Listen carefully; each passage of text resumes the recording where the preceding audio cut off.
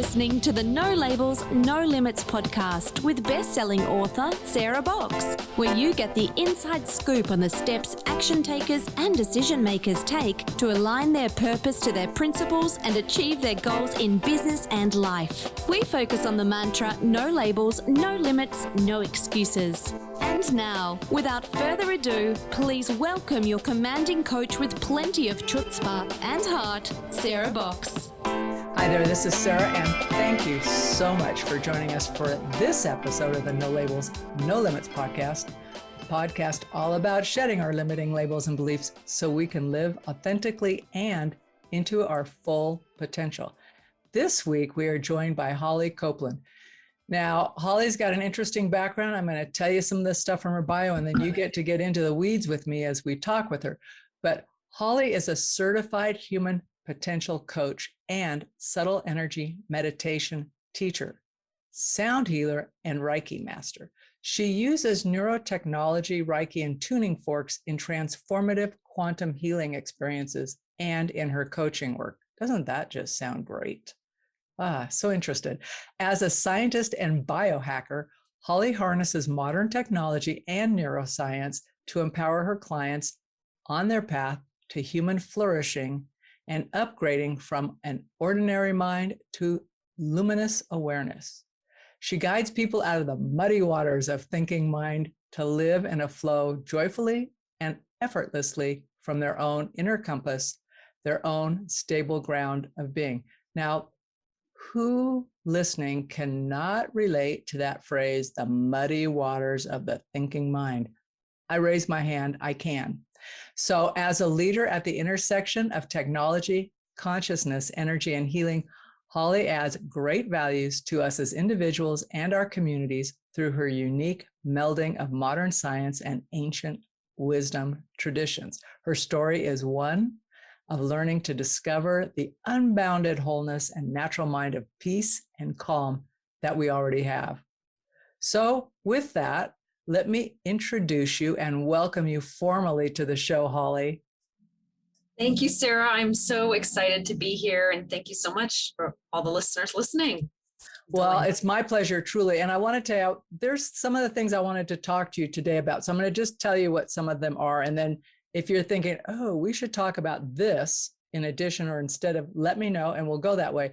But I wanted to ask you some things about how your personal crisis transformed your professional life. I'm always interested in that, as are our listeners. What you learned from tracking your brain waves, what you learned and why you even did it, how you combine that ancient wisdom and modern science, and then maybe one or two tips to enhance a meditation practice with the help or without the help of neuroscience and neurotechnology, because I know a number of our listeners and frankly, most of our podcast guests practice some sort of meditation because they found it personally beneficial. So how does that sound for some topics? That sounds great. Do we have 4 hours? We have whatever it takes. No, we do not have 4 hours. But if it goes that long, I'll just cut it up into 4 episodes. How's that? Okay. It won't go that long. But as my listeners know, I like to start by asking our guests a similar question. And that is, Holly, if there's something that you do every day that keeps you focused on your own big dreams and goals. Something that I do every day. Yeah, I mean, I meditate every day, every morning, and I meditate to listen, to go within and hear the deeper wisdom, because the deeper wisdom doesn't come from our conceptual thinking mind. The answers can't be found there. The mind is useful for navigating our day and, lots of different ways. It was useful as a scientist, but it isn't useful in guiding your life. Your inner wisdom is, and that's not in the thinking mind. And that's what meditation fundamentally is about, is going within to let go of thinking and drop into this deeper inner wisdom. I hear your friend talking to you in the background. I do. This is a dog next door, so I'm going to close my window. I'm fine with it. Okay. My dog next door is actually my dog, our dog, who will not be out of this room when I'm doing a podcast. He goes under a desk. I've offered him to leave, and he says, thank you, no, I'm No. laying down. So anyway, we are dog friendly on this podcast. Okay, great. Yep, absolutely. So let me ask you this. What is the distinction? I think you started talking about this a little bit just now about meditation, but what is the distinction between our ordinary mind and that luminous awareness you refer to?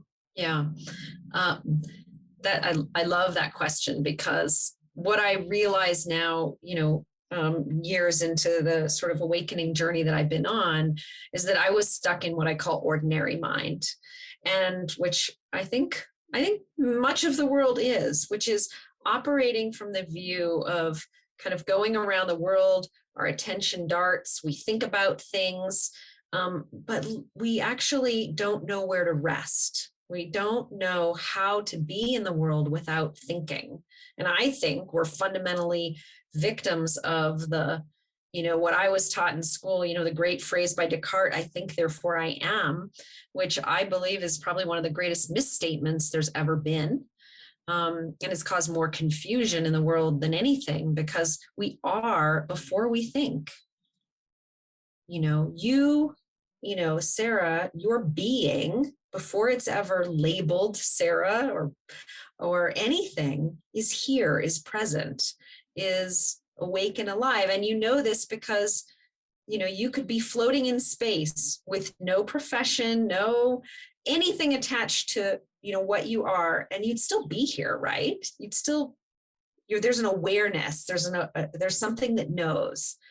And that being that knows, which, is called in the various spiritual traditions, the I am, the Atman, that awake presence, isn't bound by anything. I mean, to get to your podcast, No Labels, No Limits, we aren't bound beings. It has nothing to do with what we actually are. We're whole, we're complete, we're all knowing, we're limitless, we're timeless. We don't come and go in time, right? And so that luminous, what I call luminous awareness, is what I'm going to put it in quotes, what you really are.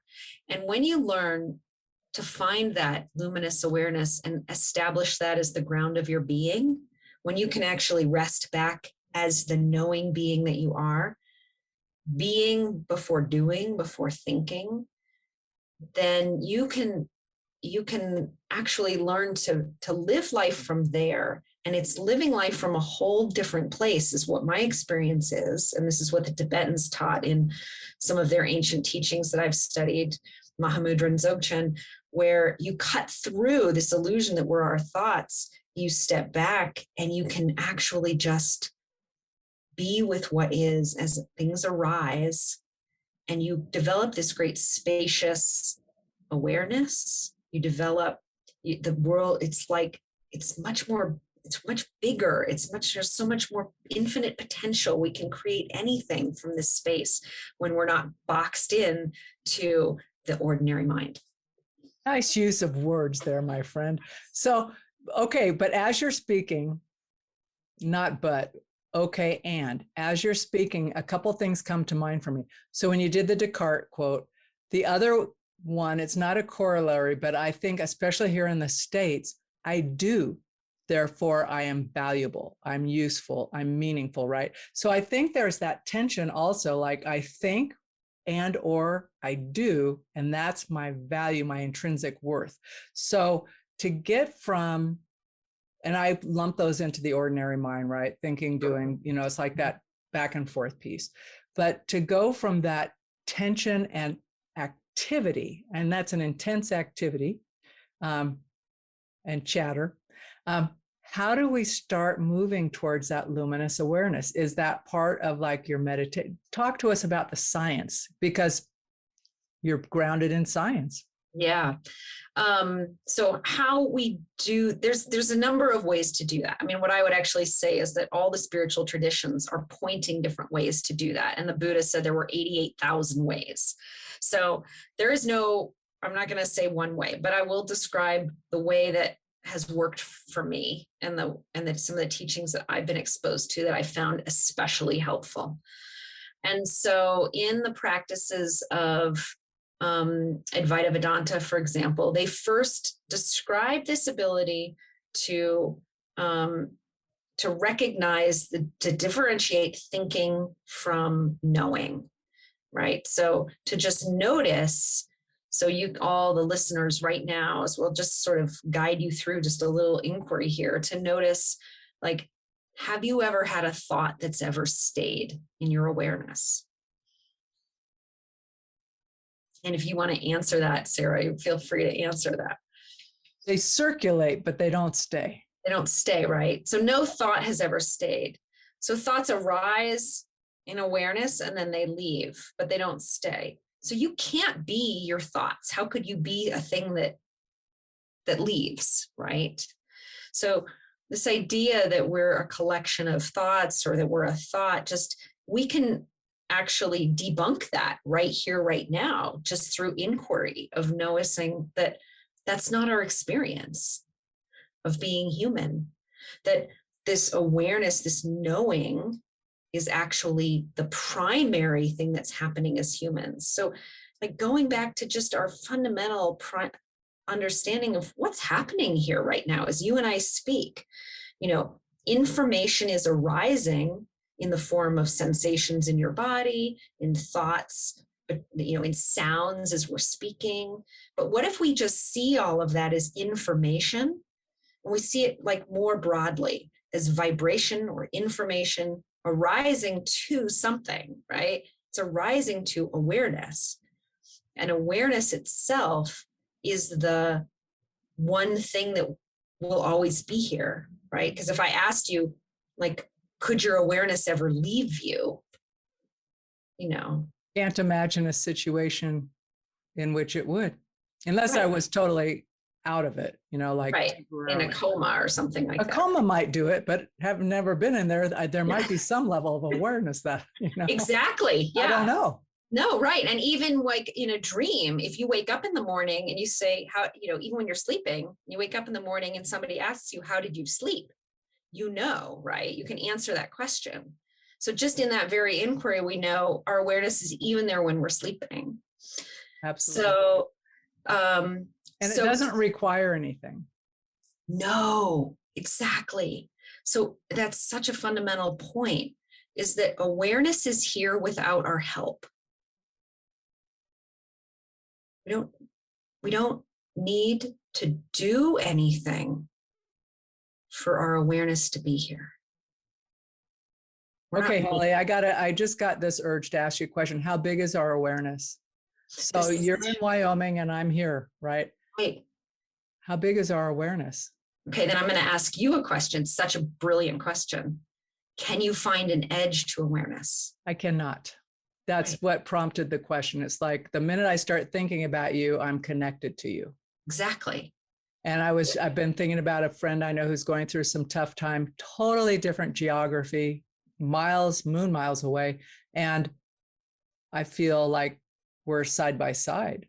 Right. Which is the magic of the quantum field. So the minute that the minute that we bring something into our awareness, it's here. We're not separated by time and space. That's actually fundamentally an illusion. That's what quantum physics is showing.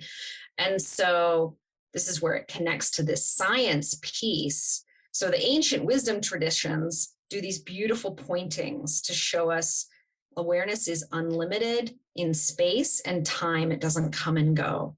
So what we are is fundamentally infinite. That's actually what we're saying. And that's not a belief. That's not something I'm telling you for you to believe. You're saying, no, that's actually my experience right now in this moment. And for everybody listening, ask yourself this: is this a belief we told you, or is this actually just your experience, right? Well, and the question, can you see an edge to your awareness? Right. It's one of those filtering questions. Yes, no. Can you find an edge? If you can find an edge, great.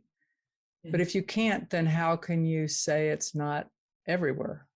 Right. Exactly. And no one can find an edge. If you did, you're caught in some version of mind, because there is no edge to awareness. Yeah. And so through this inquiry, we come to this primal understanding that our awareness, our consciousness has no limits, has no boundaries, doesn't come and go in time.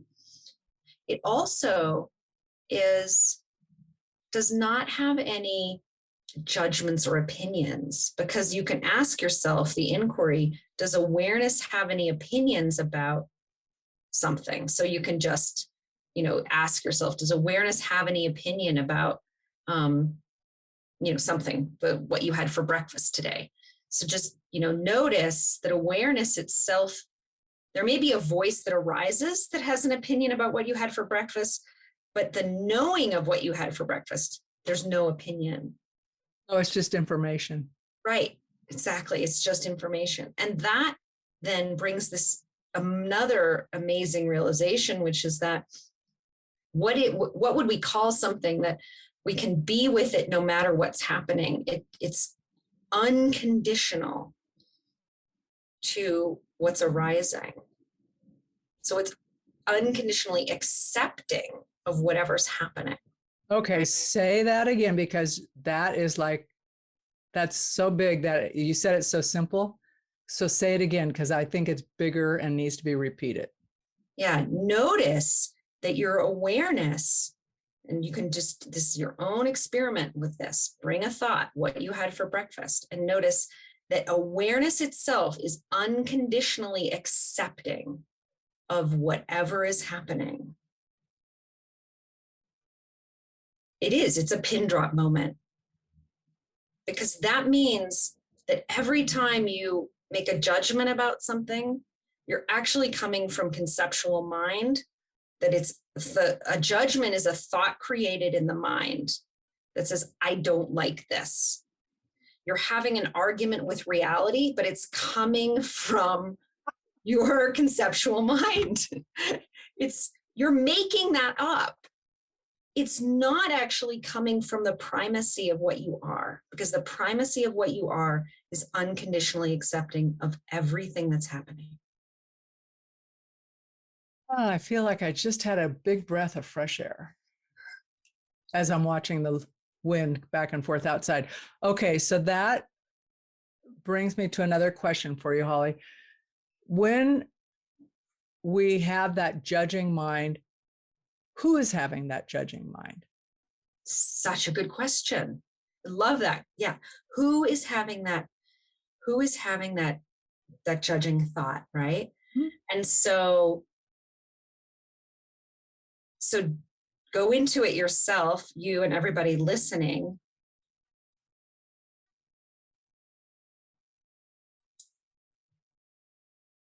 Something is aware of the judging thought, right? That's awareness. Yep. So what does it seem to you? It would depend. So for me, like, depending on when I actually sit with that, I mean, it's a sincere question of you, because when I sit with that, sometimes it is me looking through the lens of a 15-year-old, a 36-year-old. It just depends. I mean, and so it's like, I might say, so when you said it's like judging mine is something I don't like or something I do like, but based on an experience, kind of an imprinted pattern, whatever, that then I go, oh, I like that, or I don't like that. Instead of, so what I'm leading towards more clarity from you on is, to what degree does my projection influence my experience and of awareness? So my inner world. Yeah, exactly.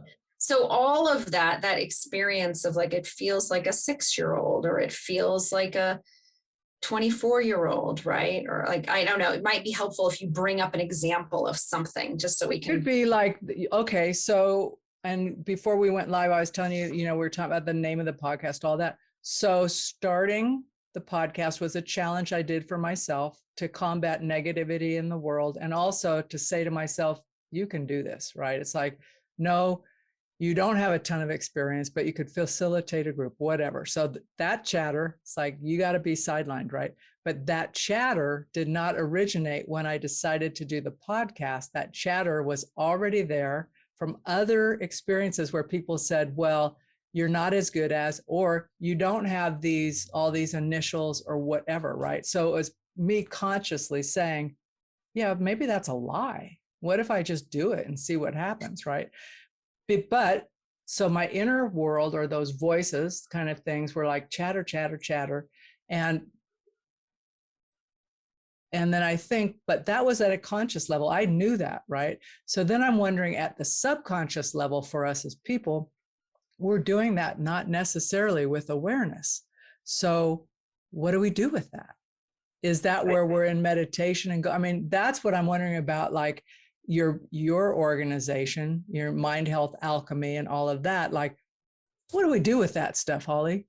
What do we do with the sort of chattery voices that are kind of telling us, that limit?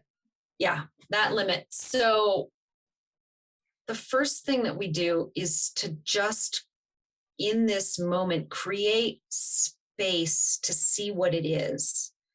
So if you just recognize there is a voice here who says, I can't do this, right?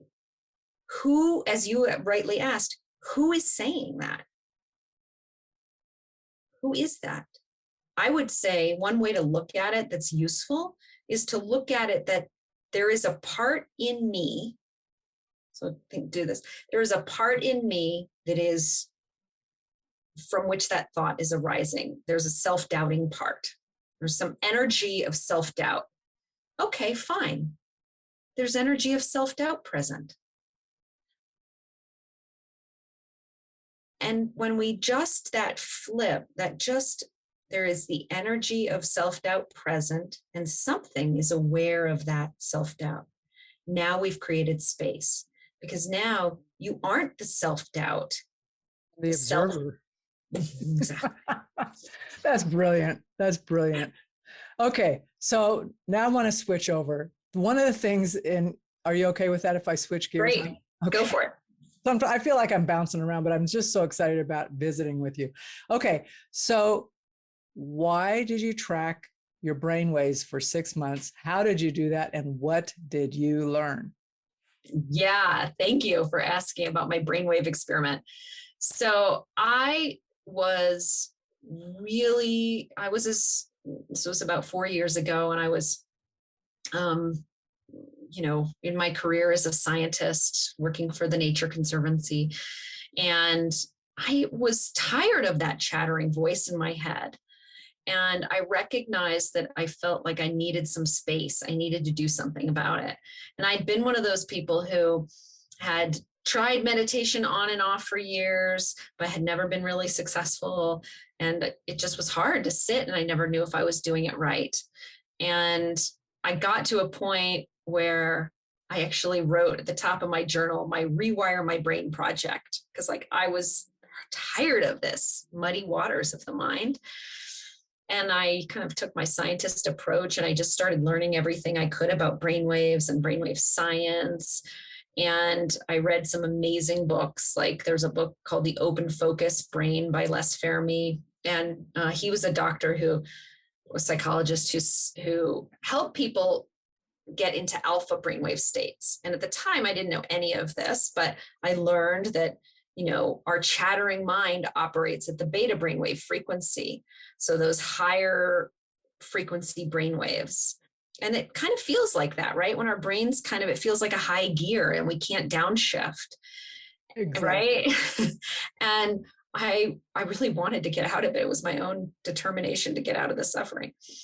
And I read his book, and he talked about that you can downshift into this alpha state of clear mind by shifting your focus from this kind of way that we tend to look at the world, where things seem kind of narrow and pointed. And just notice that if you, for example, right now, just close your eyes and feel the space between your ears.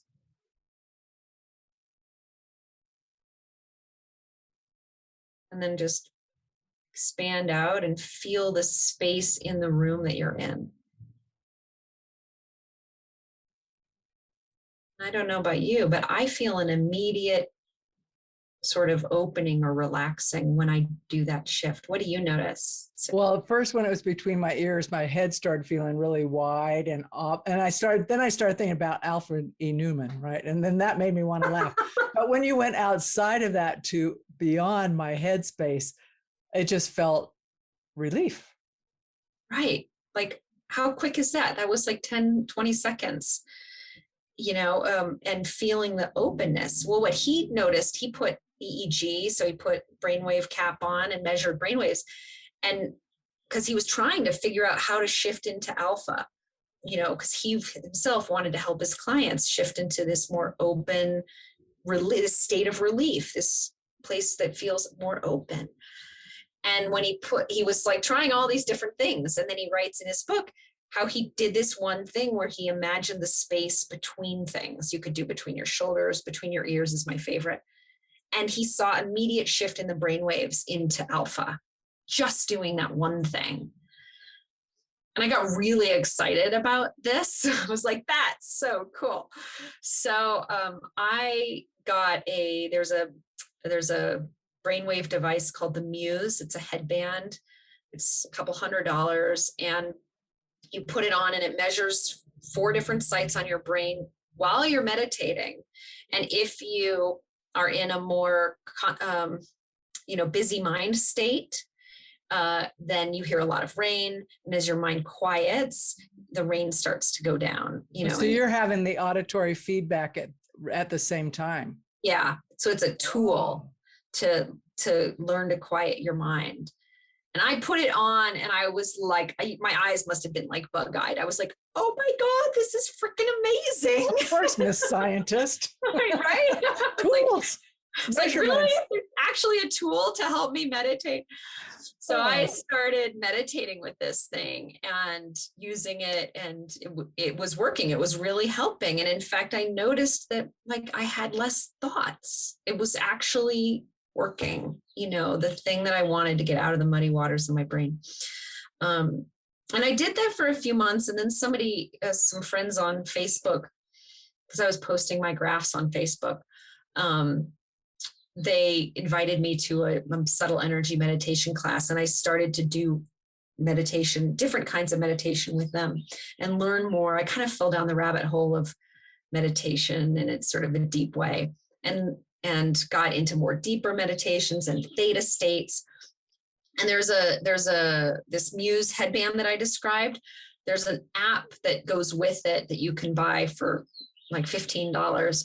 And then you can track your brainwaves like graphs. So you can actually have a graph of your meditation and see like what your alpha waves were doing, what your theta waves were doing as you're meditating. And I started every day, I would do my meditations and I would track it. And then because I'm a scientist and I have some programming skills, I created a little program to bring all of that data into this program called R and create graphs to see how are my brainwaves changing over this 6 months. I actually did it for 2 years. And I watched as my alpha and theta, the brainwaves of calm and clarity, started to go up. Like there was this clear trend, like I was increasing alpha in my brain and decreasing those busy mind. And over time, it really, I had the data to show and the personal experience to say, like, I learned to quiet my mind, and I had the data to show me that that's actually what happened. Like I literally changed my brain. So outside of your meditation, so you finish your meditation practice, you've done your science tracking, all of that, which actually I'm impressed. What was the change, or what were the changes in your daily living that you went, oh, I'm starting to see what's happening in meditation have an impact over here? Were you showing up different? Were you more healthy? All of that. I found that I was showing up calm, and I found that so by learning, this kind of goes with this luminous awareness, out of ordinary mind. But in the calm, it was like, I call it stepping into the flow. And we talked about this a little bit before the show. Like, I was able to learn to, like, life felt more like just floating down the river of life and letting things happen, rather than feeling like I needed to take control and, steer my boat all the time. It was like, yeah, sure, sometimes like you make course corrections, but like they come from within, like they're not something I have to work at. The answers seem to just sort of, this knowing it's intelligent. It is, your natural being is already intelligent, far more than the little thinking mind is. And so with meditation, which allows you to tap into this intelligence and wisdom that your whole being has, then it will start to guide your life in these mysterious, beautiful ways. And that thinking mind can just kind of take a nap and stop trying to run the show. And life is like much more easeful. It's like easy. My life went from being kind of hard and I had a lot of judgment and kind of labels, to use, a lot of your themes. Like I used to go around the world sort of habitually labeling good and bad. I don't know why, just maybe it's my scientists, like how we're raised, like this is good and this is bad. I think it is how we're raised, though. I mean, it's like, go this way, not that way. This is better than that. I just think it's our way of orienting ourselves for feeling safe and secure, probably. I don't know why. Yeah. No, I think you're absolutely right. I think it's a security thing, because it's us trying to have some basic level of safety. And but so it's hard. Right. So that's the letting go. Flow. Yeah, exactly. So the letting go and the surrender, that's such a big part of spirituality, is actually about giving over to this natural intelligence and recognizing that it's here and it's got your back. And if you can release and relax this clinging to the conceptual mind that thinks it needs to know everything, and give over to this natural intelligence that arises, then that's where life just starts to carry you down and shows you where it wants to go. And it's got your back. It is you. So it's not going to lead you to, it can't lead you to anything wrong if you actually are just following and listening to it. So you know that now because you've followed and listened, right? But at the beginning, you have this label as a scientist, you're working for the Conservancy, you're doing all this stuff. Was there a moment when you like, I'm not going to make it like a big aha moment, but more a sense of when you said, I'm going to follow this wherever it leads. And there was another voice that said, what if you let go and surrender and you can't function, right? You're like, nothing happens. You don't have motivation anymore. You don't have, there's that kind of mentality of carrot stick, right? And I'm thinking about like work environment a lot, but not only that. So was there a point at which did that ever come up for you, I guess is the real question. I had all kinds of roadblock moments of doubting all of this, for sure. In fact, when I quit the Conservancy, I remember the day after feeling completely untethered and like actually thinking, because it's a big deal to leave a career, and it's like a career job, right? Huge. And I told them, I gave up, had my closing day. They had a big party for me. So the first day where I didn't work for the Conservancy anymore, and I'm driving around my little town, and I actually was like, wow, this feels so uncomfortable. It feels so awful. I wonder if they would take me back, which is just like ridiculous because I just worked so hard to leave. And I actually was like having the thoughts of, I wonder if they would take me back. I had so many tears and doubting and, all of that along the way. And I had a major health crisis also in the middle of all this. I had mold poisoning in my house and I was dealing with that and being really sick. And I'll tell this story. And it was about a year and a half into my mold journey, and I was on the way to heal. We'd found the mold, we were cleaning it and all that, but I got sick again, and it was on my birthday, and I wake up on my morning of my birthday and I'm terribly sick. And I'm texting to my mentor teacher, and I said, I just can't believe, this is happening again. What What? What? Give me some comfort here. And he goes, what are you resisting? And I remember just staring at that, like, what am I resisting? Like, what do you mean? This mold is like, this did it to me. This is my fault, like I'm trying to. Those are the questions if they were closer, you just want to slug them in the shoulder and go, right. What are you asking me for? I feel terrible. It's my birthday. Exactly. And that I let that question, sink in hang with it for hours and hours. And all of a sudden I realized that what he was pointing to was like, this was me surrendering like to something greater, like that there is some other wisdom here that's at work. And it was my job to just like, why don't I just surrender to it? Like there's something underneath. Then I typed him back hours later and I said, this is about surrender, isn't it? He goes, yeah. Yes. Happy birthday. Yeah, happy birthday, But when I got it, Sarah, it was like I wanted to tattoo. I actually talked about tattooing, surrender on my arm, because the power of that surrendering to something, to knowing that actually it's all okay. Like whatever is happening. That phrase right there, it's all okay. All okay. Yeah. Yeah. I know for me, I'm attached to everybody feeling like my personality is such, I want to make sure we're okay. People, if I'm with people, I want them to be okay, yada, yada.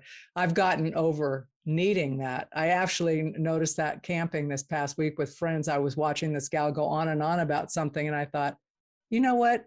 She's a lovely person. I really like her. And I'm sorry that she's feeling this way at this moment, but it's okay.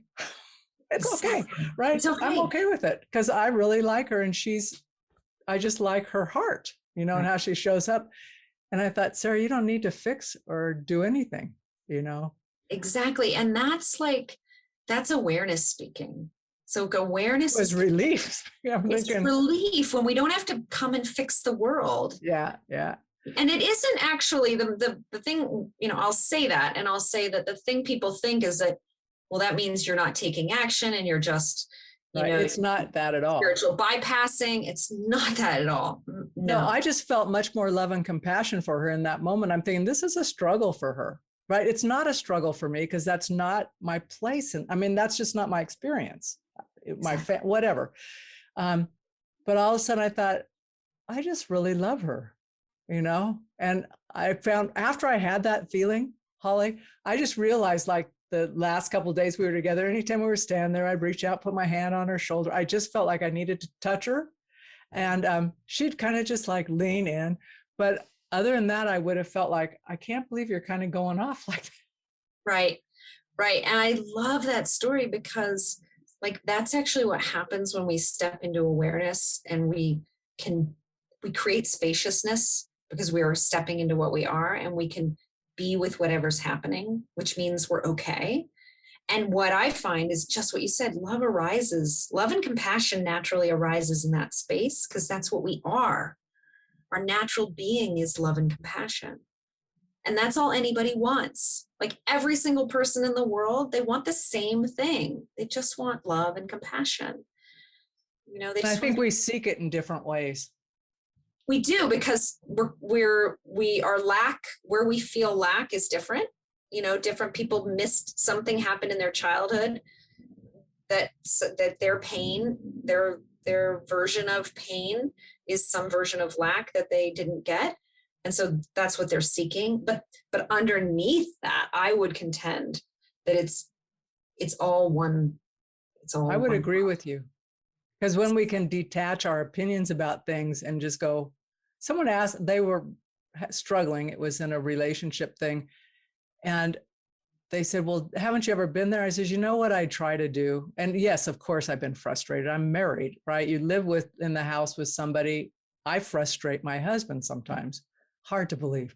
But anyway, we have a picture. It was our wedding picture. It's not of us getting married. It's of us as 6 and 7 year, like first grade pictures. And people sign that. And I just said, you know what? I always remember that when I'm frustrated or I'm angry, I'm not angry at that little boy. I'm angry something else. And I wouldn't dump it on a 6-year-old. If my grandkid came in, I wouldn't go, wow, wow, wow, right? And it's like, it makes me take a step back. And that's been helpful. But back to you. As we wrap this up, I do want to spend some time talking about heart-mind alchemy and how you help people, because I try to think about myself. If I were to like knock on your door or dial your website, right? What kind of journey might I find or go on with you, Holly? Yeah, thank you. So, everybody comes from a little bit of a different place. So I don't, I'm not a one size fits all, but the theme is that I actually kind of, now my pillars are awaken, heal, and breathe in my coaching work, that I help people awaken to their true nature. I help people heal from emotional traumas and patterns with sound and vibrational healing work that I do.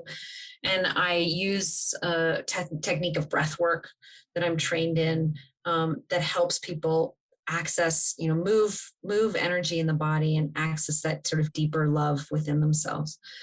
And those tools have been profound for my life. So that's naturally what I coach.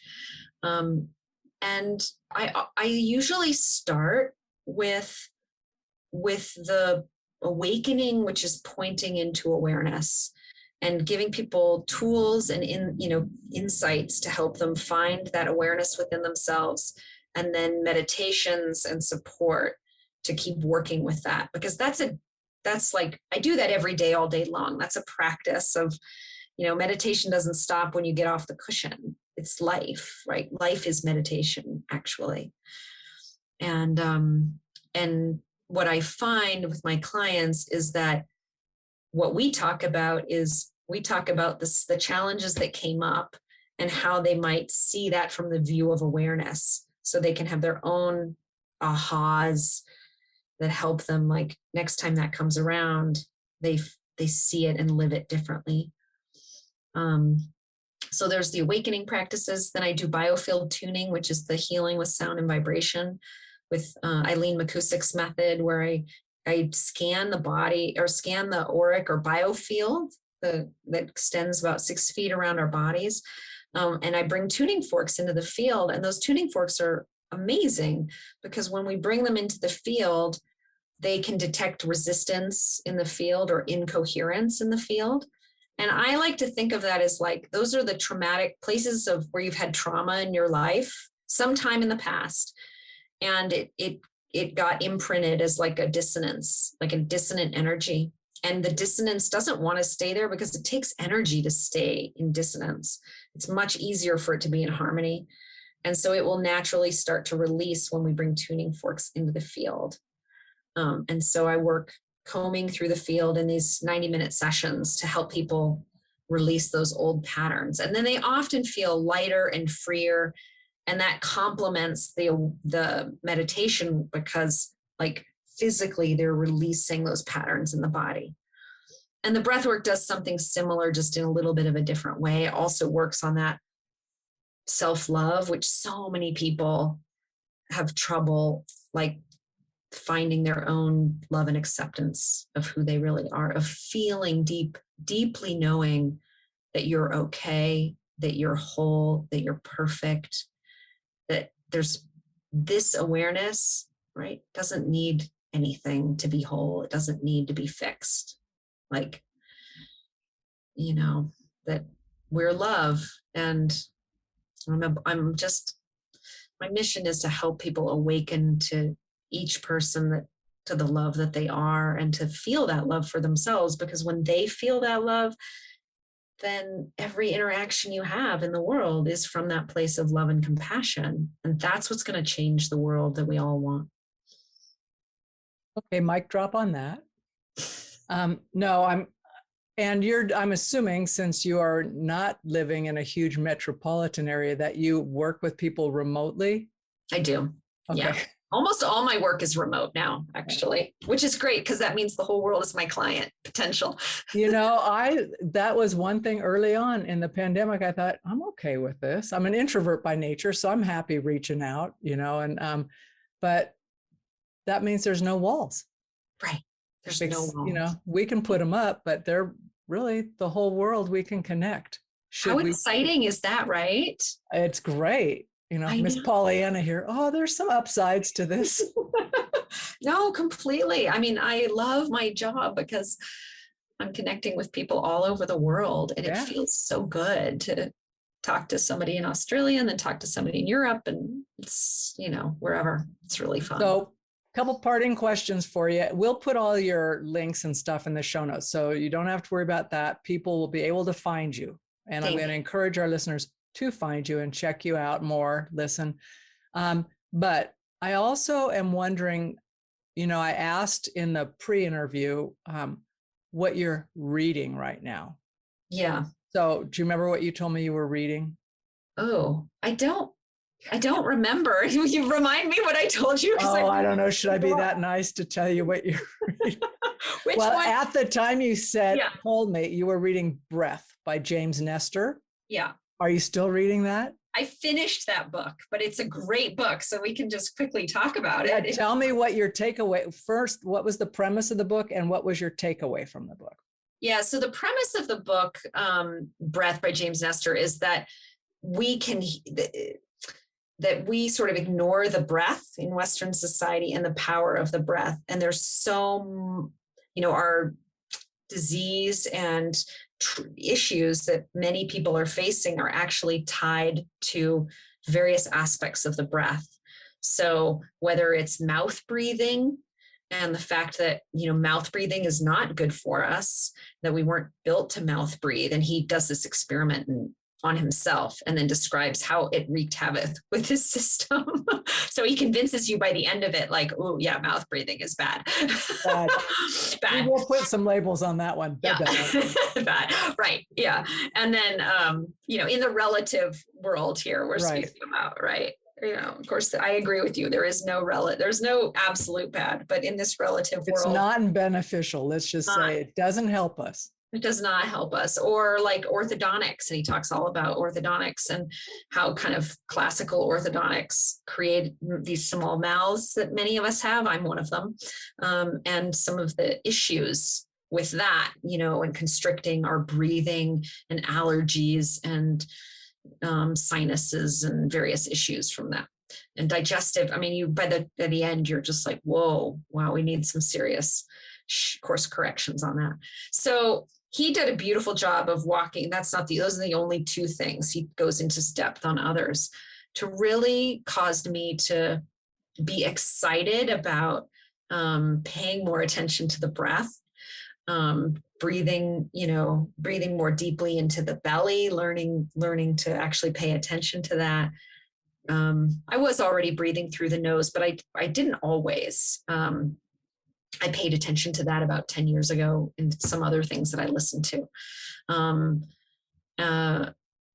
So just doing some practices that actually pay attention to that. Chewing. He talks about the connections to chewing and breathing and how it's really good to, chew, how we need to chew and chew things that are more chewy as opposed to just soft foods all the time. So yeah, it's a great book. I highly recommend it. It's a wow.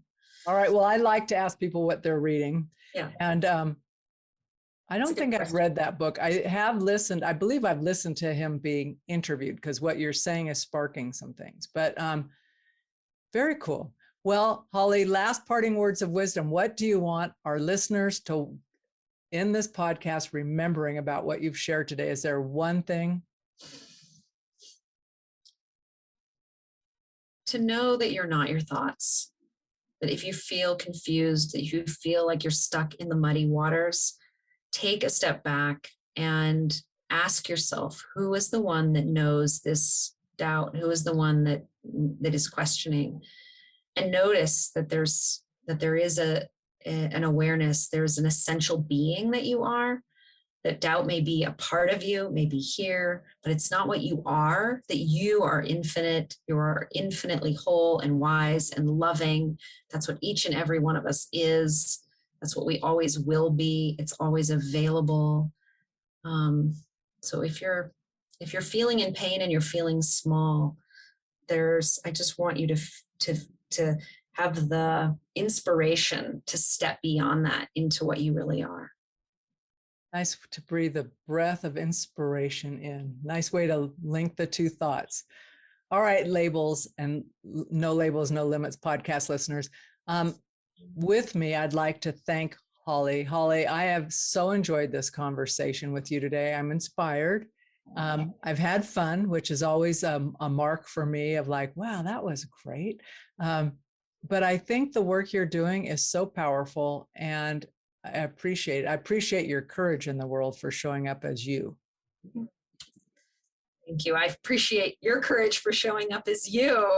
I'm equally inspired by you and the work that you do, and especially the No Labels, No Limits, because that really resonates with me. It was a place I was stuck to for a long time, and there's so much beauty and freedom in showing people they don't need to be stuck in labels and limits. So. I think it's a t-shirt waiting to happen, but I just can't think of a visual for it. So it completely is. Yeah. Oh my goodness. All right. Thank you so much, Holly.